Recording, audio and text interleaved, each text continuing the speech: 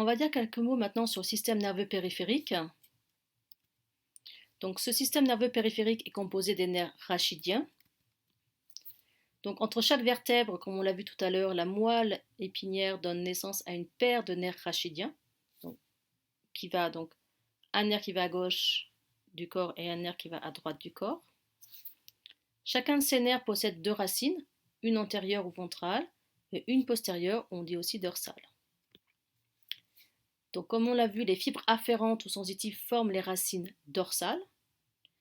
Les corps cellulaires de ces neurones sont regroupés dans le ganglion spinal, qui est le petit renflement de la racine dorsale de la moelle épinière. Les fibres efférentes ou motrices forment les racines ventrales.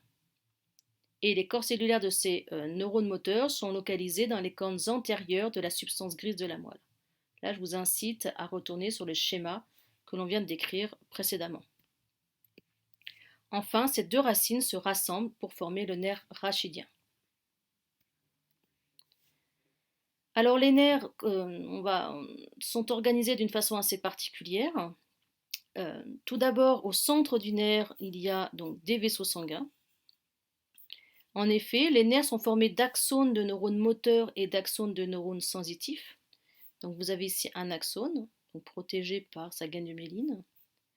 Et ces axones donc peuvent être extrêmement nombreux. Un nerf rachidien, ça contient à peu près 600 000 fibres nerveuses. Alors, donc un nerf en fait c'est comme un gros câble électrique où il y aurait deux types d'axones, des axones sensitifs et des axones moteurs. Alors plus en détail l'anatomie, donc vous avez ici l'axone qui est protégé par sa gaine de myéline. Ensuite, cette structure axone myélinisée est entourée lui-même d'une membrane qu'on appelle l'endonèvre. Ensuite, une autre membrane, le périnèvre, entoure plusieurs dizaines de structures protégées par l'endonèvre. Et donc, vous avez des paquets comme ça qui sont ensuite entourés par l'épinèvre. Enfin, vous avez les vaisseaux sanguins au centre. En effet, les axones, donc on le verra un peu plus en détail tout à l'heure, mais vous l'avez déjà vu, je pense, au lycée, voire au collège. Les axones, ce sont des parties de neurones, donc ce sont des cellules, des parties de cellules. Et ces cellules ont besoin en fait d'apport d'oxygène, de nutriments, et l'obtiennent via les vaisseaux sanguins qui circulent donc dans ces nerfs. Alors ça, c'est une illustration que je ne vous demande pas d'apprendre, c'est juste pour comprendre un petit peu la complexité du système nerveux périphérique.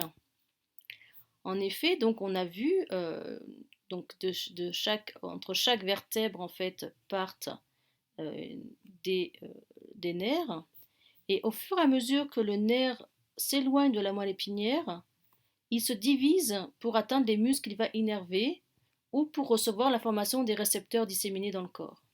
Donc ici, c'est juste un exemple des nerfs cervicaux, donc principalement au niveau de la face et du cou.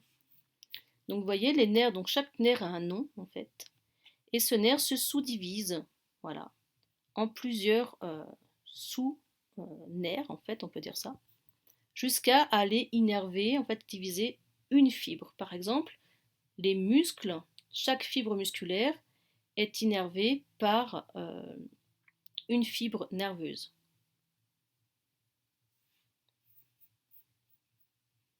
Donc vous avez comme ça une sous-division jusqu'à arriver à la fibre nerveuse musculaire par exemple. Donc ça peut être extrêmement complexe et aussi extrêmement complexe, vous voyez, à apprendre quand vous faites de la neuroanatomie. Pour terminer sur ce système nerveux périphérique, j'aimerais aussi là vous parler, en fait, vous initier à encore cette notion de structure-fonction, j'allais dire, même si c'est pas tout à fait semblable à ce que l'on a vu précédemment pour le cortex, en vous parlant du dermatome. Donc chaque partie sensitive d'un nerf spinal reçoit des afférences sensitives d'une partie délimitée de la surface de la peau appelée dermatome. C'est-à-dire que tout ce qui est en violet, par exemple ici, arrive au niveau cervical. Donc toutes les informations tactiles de la peau arrivent au niveau cervical. Tout ce qui est en vert arrive donc ici au niveau thoracique, etc., etc. Donc vous voyez que c'est pas vos doigts de pied qui sont innervés par des nerfs qui arrivent des cervicales. D'accord? C'est assez bien quand même organisé. Donc la moelle épinière, elle est vraiment aussi organisée à la fois dans la réception des informations et dans les informations qu'elle envoie. Donc vous avez ici le dermatome, la définition, c'est la région de la peau innervée par un seul nerf spinal ou segment spinal. Donc ça vous permet aussi de comprendre en fait ce qui se passe lorsqu'il y a des lésions de la moelle épinière. Lors d'un accident, quand la moelle épinière est lésée, par exemple si elle est lésée au niveau thoracique ici, si elle est coupée, les informations ici ne peuvent plus aller à la moelle épinière. Alors, les informations sont de quel type?